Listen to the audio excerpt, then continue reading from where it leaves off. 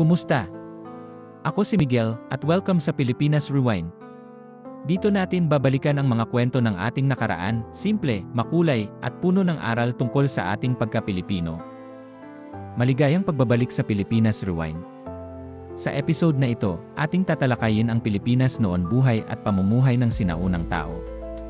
Bago pa man dumating ang mga banyaga, mayaman na sa kultura, tradisyon, at kabuhayan ang ating mga ninuno. Ito ang kwento ng kanilang araw-araw na pamumuhay, kung paano sila nagtrabaho, nagkaisa, at namuhay ng may malasakit sa isa't isa. Noong unang panahon, ang kapuluan ng Pilipinas ay binubuo ng mga malalayang barangay.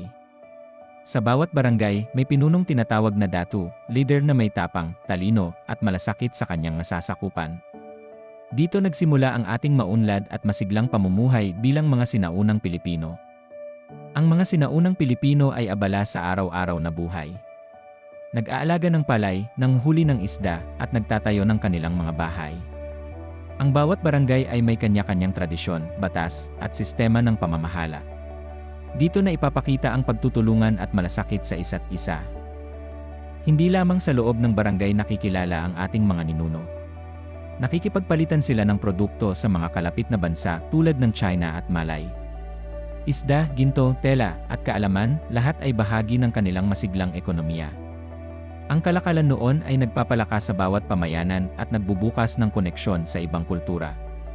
Bukod sa pamumuhay, mayaman din ang kultura ng mga sinaunang Pilipino.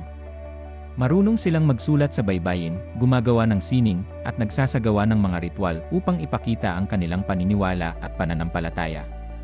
Ang sining at tradisyon ay bahagi ng kanilang araw-araw na buhay at nagpapayaman sa diwa ng bawat barangay.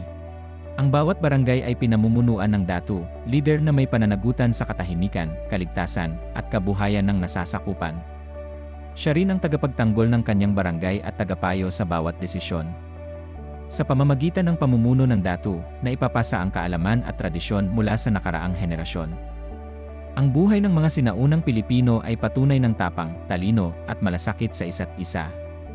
Sa bawat pamayanan, sa bawat barangay, ang puso ng Pilipino ay nananatiling buhay. Ako si Miguel, at ito ang Pilipinas Rewind. Sana ay may bago kang natutunan sa ating paglalakbay sa kasaysayan. Huwag kalimutang mag-subscribe at panoorin ang susunod na kabanata, dito lang sa Pilipinas Rewind. Hanggang sa muli!